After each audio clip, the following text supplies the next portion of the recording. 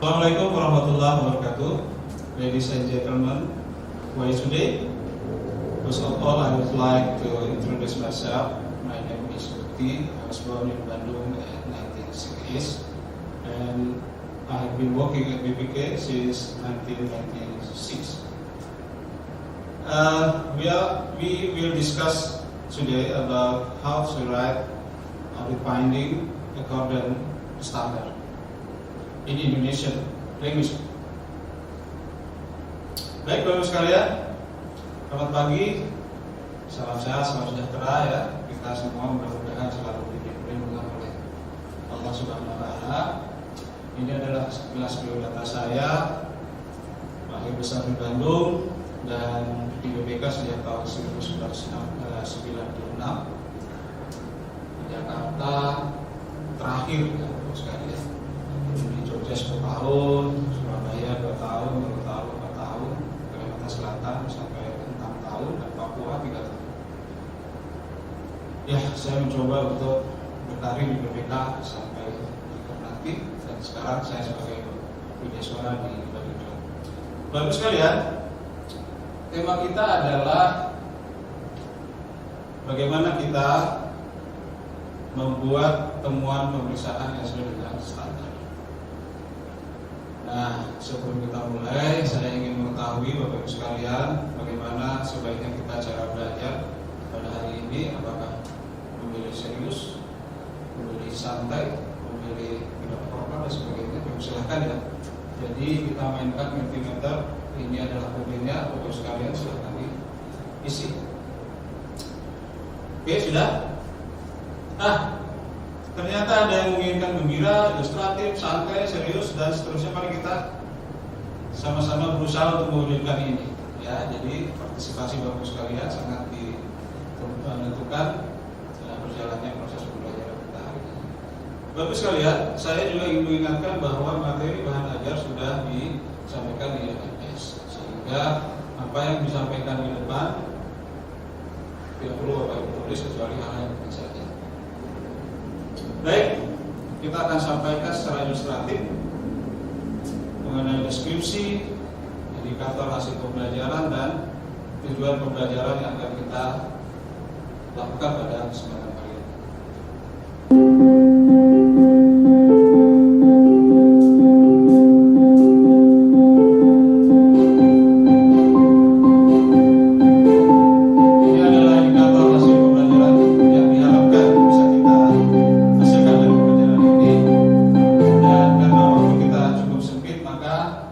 Inilah yang akan kita pelajari dalam waktu sekitar 10-15 menit ke depan. Baik Bapak Ibu sekalian, kita akan mempelajari tentang konsep laporan hasil pemeriksaan BPK dan jenis-jenis pemeriksaan BPK. Siap Bapak Ibu sekalian ya? Oke. Mari kita bantu. Adik ini sedang berpikir laporan hasil pemeriksaan BPK itu untuk apa? Pentingkah? Ya, siapa yang akan menyampaikan pendapatnya Bapak Ibu? Oh ya, Pak Jenal, buat apa Pak? Oke, itu karena memang sudah jadi mandat ya. Jadi BPK menghasilkan laporan hasil pemeriksaan. Oke, yang lain? Ya, Ibu sini.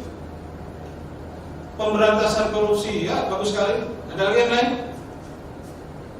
Pak Rudy, apa Pak? Sebagai lembaga tinggi negara yang melakukan pemeriksaan keuangan negara, wah bagus sekali. Tampaknya Bapak Ibu sekalian sudah memahami, tetapi mari kita coba untuk apa sih laporan hasil pemeriksaan itu? Bapak Ibu sekalian, BPK Republik Indonesia memiliki visi dan misi Bapak Ibu sekalian. Visinya adalah menjadi lembaga pemeriksa terpercaya, melakukan pemeriksaan keuangan negara, dan memiliki 3 misi, yaitu bagaimana pemeriksa tata kelola dan tanggung jawab keuangan negara. Kemudian dari hasil pemeriksaan itu memberikan rekomendasi, pendapat yang diberikan kepada entitas. Kemudian yang kedua adalah mendorong pencegahan korupsi dan mendorong percepatan pemulihan kerugian negara. Kemudian yang ketiga adalah melaksanakan tata kelola organisasi yang transparan dan berkesinambungan. Dan BPK juga diharapkan bisa menjadi leading bank by example. Jadi contoh untuk yang kasih. Itulah pentingnya laporan hasil pemeriksaan BPK. Jadi untuk mewujudkan visi dan misi BPK. Baik, bagaimana laporan hasil pemeriksaan BPK menurut Undang-Undang Nomor 15 Tahun 2006 tentang Badan Perusahaan Keuangan?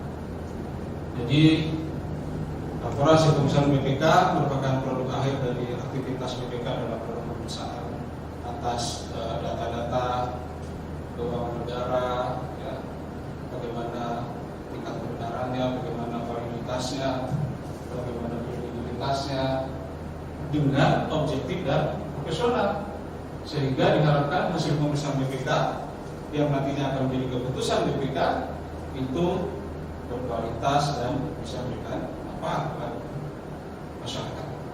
Tentunya untuk menghasilkan laporan pemeriksaan BPK yang berkualitas dan bermanfaat, diperlukanlah standar pemeriksaan keuangan negara, dan pemeriksaan dilakukan dengan quality assurance dan quality control. Quality assurance adalah penjaminan pengendalian mutu, dan pengendalian mutu itu ditujukan untuk bagaimana secara berjenjang untuk melakukan berbagai prosedur, review dan sebagainya, mulai dari anggota tim, ketua tim, kemudian teknis dan tanggung jawab. Bapak sekalian, tadi ya ini adalah keyword dari definisi tentang laporan hasil pemeriksaan BPK, dan kita tahu bahwa untuk mensupport semuanya itu diperlukan ada lembaga-lembaga satker BPK. Jadi AKN, adanya auditor, kemudian di Rebank juga dengan adanya PSMK. Rebank adalah rencana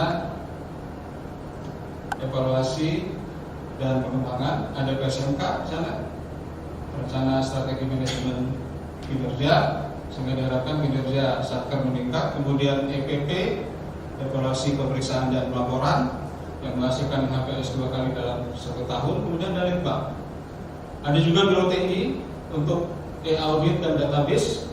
Kemudian ada Badiklat untuk meningkatkan kompetensi SDM. Selain itu juga Itama dalam rangka melakukan quality assurance, menjamin bahwa semua prosedur yang harus dilakukan oleh pemeriksaan di dalam laporan pemeriksaan berjalan dengan baik sesuai dengan standar. Bapak Ibu sekalian, demikianlah tentang laporan hasil pemeriksaan BPK. Lalu bagaimana tentang jenis-jenis pemeriksaan BPK? Jadi BPK dalam melakukan pemeriksaannya itu ada 3 jenis pemeriksaan. Pertama, pemeriksaan keuangan, kedua, pemeriksaan kinerja, dan ketiga adalah pemeriksaan dengan tujuan tertentu. Masing-masing punya kriterianya, Bapak Ibu. Punya tujuan pemeriksaan yang spesifik. Pemeriksaan keuangan adalah untuk pemeriksaan yang nantinya memuat opini. Kemudian kita tahu bahwa opini ada yang WTP, wajar tanpa konsuler, ada wajar dengan konsuler, ada tidak wajar, dan ada disclaimer atau tidak bertanggung. Sedangkan pemeriksaan kinerja adalah untuk melakukan pemeriksaan pengelolaan keuangan negara. Kita lihat di entitas itu dalam melaksanakan program, apakah dia efektif, efisien, dan ekonomi. Di akhirnya nanti akan ada temuan, ada kesimpulan, dan ada rekomendasi. Sedangkan pemeriksaan dengan tujuan tertentu adalah pemeriksaan yang di luar tadi, di luar pemeriksaan keuangan maupun pemeriksaan kinerja. Baik, Bapak sekalian, sering di masyarakat ditanya ya kita, apakah kalau sudah WTP itu ada permasalahan penyimpangan atau sudah tidak ada? Nah, mari kita mainkan lagi Bapak sekalian Mentimeter kita dengan kode ini. Apakah hasil pemeriksaan keuangan dengan opini WTP itu menjamin tidak ada lagi penyimpangan? Oke, kami beri kesempatan 1, 2, 3, 4. Oke. Ternyata ini hasilnya Bapak sekalian. Dari 20 ya, ada 6 dari Bapak Ibu sekalian yang menjawab tidak ada. Ada 10 yang masih bilang pasti masih ada Pak, gitu ya. Kemudian ada yang tidak tahu. Jadi kira-kira dari poin ini 30% menjawab tidak ada penyimpangan lagi, 50% menjawab masih ada, dan sekitar 20% menjawab tidak tahu. Saya ingin tahu sekarang klarifikasi ya, Bapak sekalian. Siapa yang menjawab masih ada? Pak Agus, silahkan. Kenapa masih ada penyimpangan? Wah, diplomatis sekali ya. Katanya tidak ada gading yang tak retak. Meskipun BTP ya pasti ada lah. Oke. Ada lagi Bapak sekalian? Ya, Bu Rini. Apa Bu? Oke. Ya, permasalahan ada Pak, tapi tidak material sehingga tidak mempengaruhi. Oke, bagus sekali ya Bapak Ibu sekalian. Kemudian saya ingin bertanya pada yang tidak ada. Ya, Pak Edi. Begitu ya Pak. Jadi kalau sudah BTP mestinya sudah clear and clear ya, tidak ada lagi penyimpangan. Oke. Baik Bapak Ibu sekalian. Yang tidak tahu nggak akan saya tanya. Karena tidak tahu. Sekarang bagaimana penjelasan dari Kepala, ini adalah Kepala Subkonditoran Jawa Timur. Beliau menjawab pertanyaan yang kita lontarkan ya, karena masyarakat juga banyak bertanya tentang ini. Mari kita simak Bapak Ibu sekalian penjelasan beliau. Itu terkait dengan pemeriksaan keuangan dan pemeriksaan kepatuhan ya. Jadi kalau pemeriksaan keuangan tujuannya adalah untuk menilai kewajaran laporan keuangan, kewajaran laporan keuangan. Ya. Meskipun salah satu faktor ya untuk menilai kewajaran adalah kepatuhan itu sendiri, kepatuhan. Nah, tapi dalam pemeriksaan keuangan tidak ditujukan untuk memberikan simpulan terhadap ketidakpatuhan atau kepatuhan tersebut. Berbeda ketika BPK melakukan pemeriksaan kepatuhan, itu memang tujuannya untuk menilai kesesuaian objek yang diperiksa terhadap peraturan yang berlaku.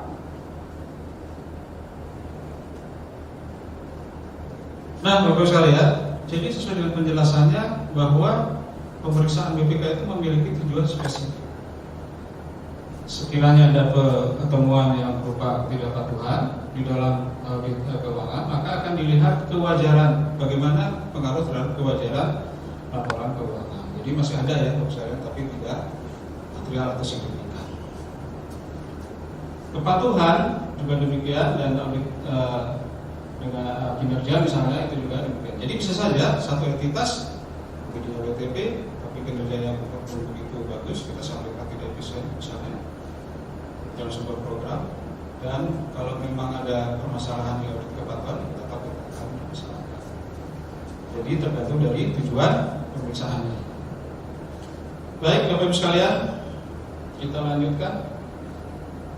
Ini kesimpulan pembahasan kita pada hari ini. Jadi laporan hasil pemeriksaan yang sedemikian banyak itu bagaimanapun akan secara spesifik disesuaikan dengan jenis pemeriksaannya ya. Jadi pemeriksaan laporan keuangan, pemeriksaan kinerja atau pemeriksaan dengan tujuan, dan harus dilaksanakan sesuai dengan standar Bapak Ibu sekalian. Samping itu juga kualitas kita kontrol, adanya quality control dan dengan adanya quality assurance. Samping itu juga BPK dilakukan review oleh SAI lain supaya bisa saling meningkatkan kinerja masing-masing negara tersebut. Demikian Bapak Ibu sekalian, ini adalah evaluasi ya Bapak Ibu sekalian, kita sudah belajar dari tadi, bisa belajar lagi dari informasi yang lain, jawab pertanyaan-pertanyaan ini dan kemudian sampaikan melalui email 2 hari setelah pembelajaran pada kesempatan ini.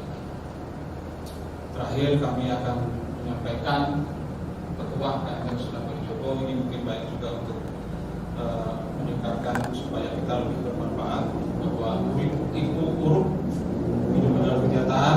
Mudah-mudahan kita semakin hari semakin bermanfaat, dan mudah-mudahan hidup ini akan terasa lebih nikmat ketika bermanfaat buat orang lain. Bapak Ibu, meskipun ingin mungkin masih banyak yang ditanyakan, tapi inilah pertemuan kita yang sangat singkat ini. Mohon maaf apabila ada kekurangan, dan terima kasih atas segala perhatian Bapak Ibu sekalian. Assalamualaikum warahmatullahi wabarakatuh.